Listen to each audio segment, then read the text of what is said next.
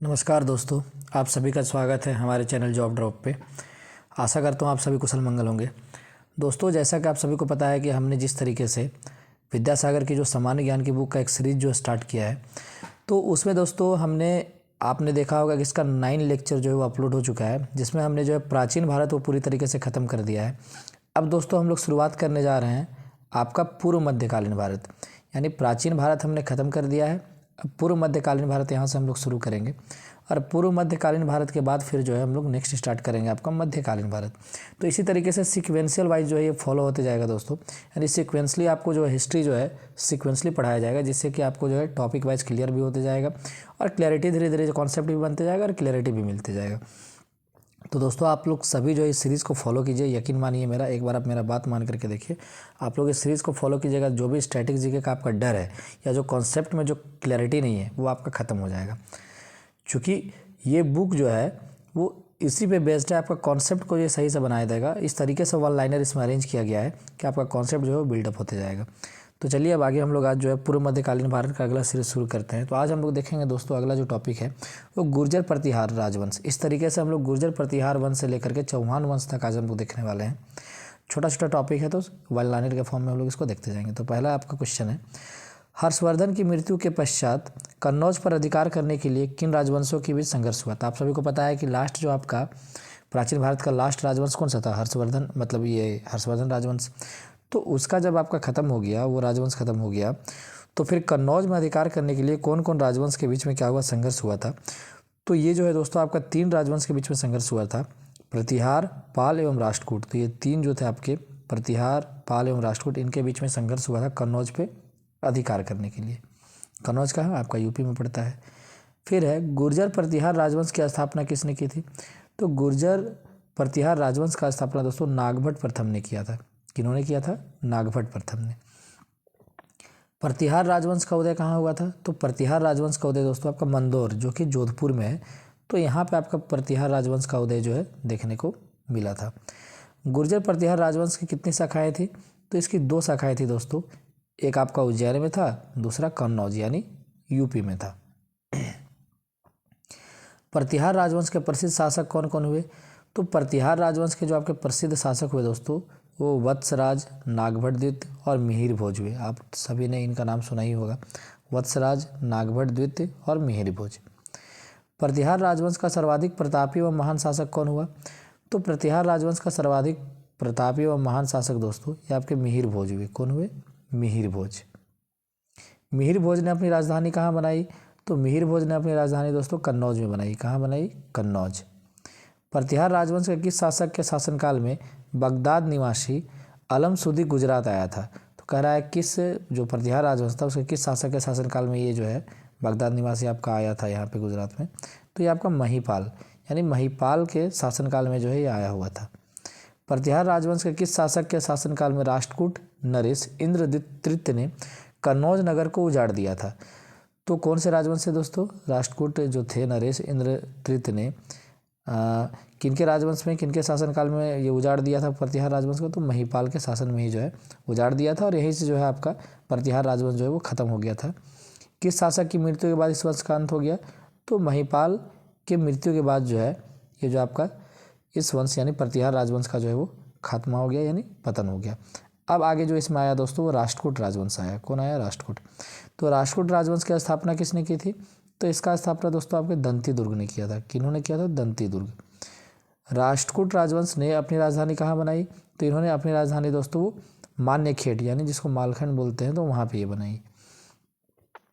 राष्ट्रकूट राजवंश के प्रमुख शासक कौन कौन हुए, तो इनका जो प्रमुख शासक दोस्तों वो कृष्ण प्रथम, ध्रुव, गोविंद तृतीय, अमोघ वर्ष, कृष्ण द्वितीय, इंद्र तृतीय एवं कृष्ण जो तृतीय जो है, ये सारे जो है राष्ट्रकूट राजवंश के जो है वो शासक हुए। एलोरा के सुप्रसिद्ध गुहा मंदिर का निर्माण किसने करवाया था, तो आपने सुना होगा एलोरा का सुप्रसिद्ध गुहा मंदिर। तो इसका निर्माण है दोस्तों कृष्ण प्रथम ने ही कराया था। किन्होंने, कृष्ण प्रथम। एलोरा के प्रसिद्ध कैलाश मंदिर का निर्माण किसने करवाया था, तो कैलाश मंदिर का निर्माण भी दोस्तों कृष्ण प्रथम ने ही कराया था। नटराज की मूर्तियाँ किस काल की प्रमुख कृतियाँ हैं, तो नटराज की मूर्तियाँ दोस्तों वो राष्ट्रकूट कालीन काल की जो है वो प्रमुख कृतियाँ हैं, यानी एक प्रकार से क्रिएचर है। तो इन्हीं के द्वारा जो है ये बनाया गया था नटराज का मूर्ति राष्ट्रकूट कालीन वंश में ही या उसी काल में जो है ये बना था। अब नेक्स्ट आते हैं हम लोग पाल वंश। तो ये 3 वंश थे दोस्तों, आपका गुर्जर प्रतिहार वंश, फिर आपका राष्ट्रकूट वंश और पाल वंश। इन्हीं के बीच में क्या है, आपका त्रिपक्षीय संघर्ष हुआ था कन्नौज के लिए। पाल वंश का संस्थापक कौन था, तो गोपाल। कौन थे, गोपाल। गोपाल ने कब पाल वंश की स्थापना की, तो ये 750 ईस्वी में जो है पाल वंश की स्थापना इन्होंने की थी। गोपाल के बाद पाल वंश का अगला शासक कौन हुआ, तो गोपाल के बाद पाल वंश का अगला शासक उसका पुत्र धर्मपाल हुआ। कौन हुआ, धर्मपाल। धर्मपाल का राजरोहण कब हुआ था, तो धर्मपाल का राजरोहण 770 ईस्वी में हुआ था। कब हुआ था दोस्तों, 770। पाल वंश का शासक भारत के किस भूभाग पर था, तो पाल वंश का शासक भारत के किस भूभाग पर था, तो ये आपका जो है बंगाल एवं बिहार के भूभाग पर था। कहाँ था, बंगाल एवं बिहार। पाल वंश का सबसे प्रतापी एवं योग्य शासक कौन था, तो पाल वंश का सबसे प्रतापी एवं योग्य शासक दोस्तों धर्मपाल को ही माना जाता है। किसे माना जाता है, धर्मपाल को। धर्मपाल किस धर्म का अनुयायी था, तो ये बौद्ध धर्म का अनुयायी था दोस्तों। ये जो है बौद्ध धर्म को जो है ये फॉलो करते थे। प्रसिद्ध विक्रमशिला विश्वविद्यालय की स्थापना किसने करवाई थी, तो जो सबसे प्रसिद्ध जो आपका विश्वविद्यालय है विक्रमशिला विश्वविद्यालय, इसकी स्थापना दोस्तों धर्मपाल ने ही कराई थी। प्रसिद्ध विक्रमशिला विश्वविद्यालय किस स्थान पर है, तो ये पाथरघाट भागलपुर के निकट है दोस्तों। पाथरघाट जगह है, वहाँ पे भागलपुर के नज़दीक जो है ये विश्वविद्यालय है। पाल वंश के किस शासक ने नालंदा विश्वविद्यालय के खर्च के लिए 200 गाँव दान दिया था, तो नालंदा विश्वविद्यालय के खर्च के लिए दोस्तों धर्मपाल ने 200 गाँव को क्या किया था, दान दे दिया था विश्वविद्यालय को। धर्मपाल के बाद उसका उत्तराधिकारी कौन हुआ, तो धर्मपाल के बाद उसका उत्तराधिकारी दोस्तों देवपाल हुआ। कौन हुआ, देवपाल।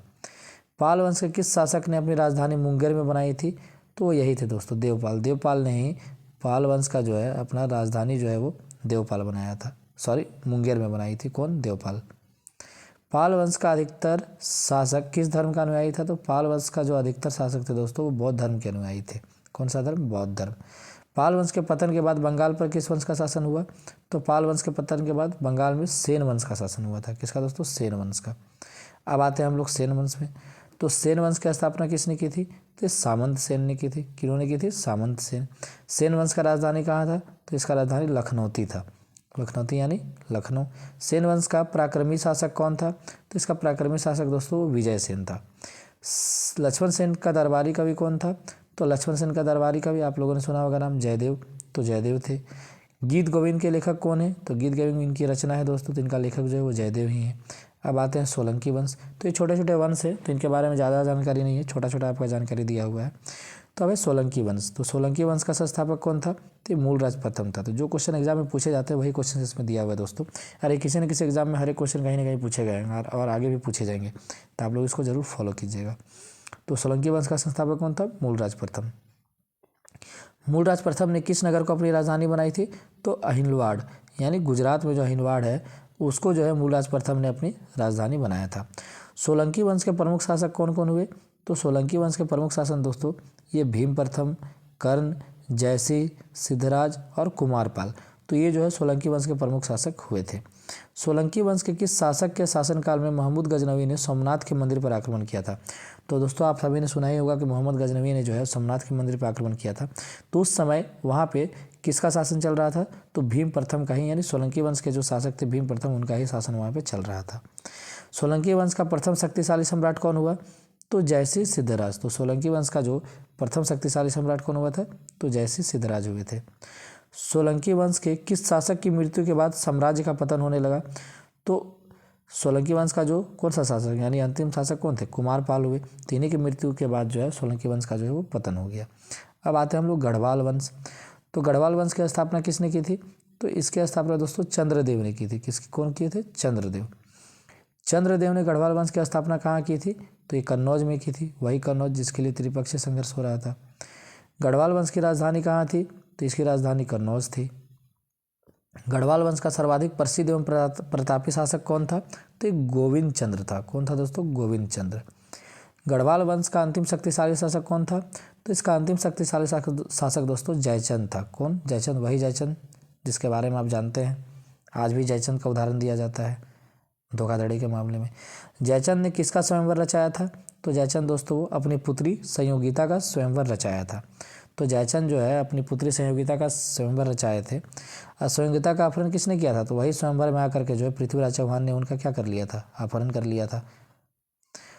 प्रसिद्ध चंदावर के युद्ध में मोहम्मद गौरी ने किसे पराजित किया था? तो प्रसिद्ध जो चंदावर का युद्ध हुआ था दोस्तों, उसमें मोहम्मद गौरी किसको पराजित किया था? तो वही जयचंद को 1194 में। अब आते हैं दोस्तों चंदेल वंश। तो चंदेल वंश की स्थापना किसने की थी? तो चंदेल वंश की स्थापना दोस्तों नन्नुक ने की थी। कौन? नन्नुक। चंदेलों ने अपनी राजधानी कहाँ बनाई? तो चंदेल अपनी राजधानी दोस्तों खजुराहो में बनाए थे। कहाँ? खजुराहो। चंदेल वंश का सबसे शक्तिशाली एवं स्वतंत्र शासक कौन था? तो ये था दोस्तों आपका यशोवर्मन। कौन था? यशोवर्मन। यशोवर्मन ने अपनी राजधानी कहाँ बनाई थी? तो ये अपनी राजधानी महोबा में बनाई थी। कहाँ? महोबा। यशोवर्मन के बाद चंदेल वंश का उत्तराधिकारी कौन हुआ था? तो ये धंगदेव थे। कौन थे?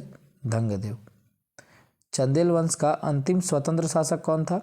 तो चंदेल वंश का अंतिम स्वतंत्र शासक दोस्तों ये आपके परमल थे। कौन थे? परमल। चंदेल वंश के किस शासक ने कुतुबुद्दीन ऐबक की अधीनता स्वीकार कर ली थी? तो यही जो दोस्तों यही परमल जो था, यही जो है चंदेल वंश का अंतिम शासक था और कुतुबुद्दीन ऐबक का अधीनता ये क्या कर लिया था? स्वीकार कर लिया था। कब? 1203 ईस्वी में।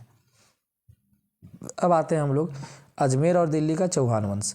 तो अजमेर और दिल्ली का जो चौहान वंश थे, तो इसकी स्थापना किसने की थी? तो इसकी स्थापना दोस्तों वासुदेव ने की थी। कौन किए थे? वासुदेव। चौहान वंश के किस शासक ने अजमेर नगर की स्थापना की थी? तो अजयपाल ने। तो ये जो अजयपाल थे वही जो है अजमेर नगर का स्थापना किए थे। पृथ्वीराज तृतीय कहाँ की गद्दी पर बैठा? तो पृथ्वीराज तृतीय जो है दोस्तों ये दिल्ली की गद्दी पर बैठे थे। कहाँ बैठे थे? तो दिल्ली की गद्दी पर। चौहान वंश के किस शासक को राय पिथौरा कहा जाता है? तो पृथ्वीराज तृतीय को दोस्तों राय पिथौरा के नाम से भी जाना जाता है, मतलब इनको उपाधि दिया गया है। चौहान वंश का अंतिम शासक कौन था? तो अंतिम शासक दोस्तों ये पृथ्वीराज चौहान थे। कौन थे? पृथ्वीराज चौहान।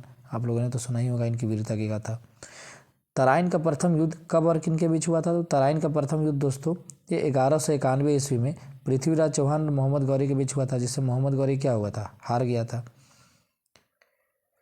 तराइन का द्वितीय युद्ध कब और किन के बीच हुआ था? तराइन का द्वितीय युद्ध दोस्तों ये 1192 ईस्वी में पृथ्वीराज चौहान और मोहम्मद गौरी के बीच, जिससे पृथ्वीराज चौहान की क्या हो गई थी? पराजय हो गई थी।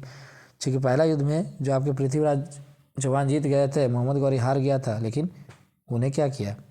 उसको जो है इन्होंने जीवन दान दे दिया, और वही सबसे बड़ी भूल की।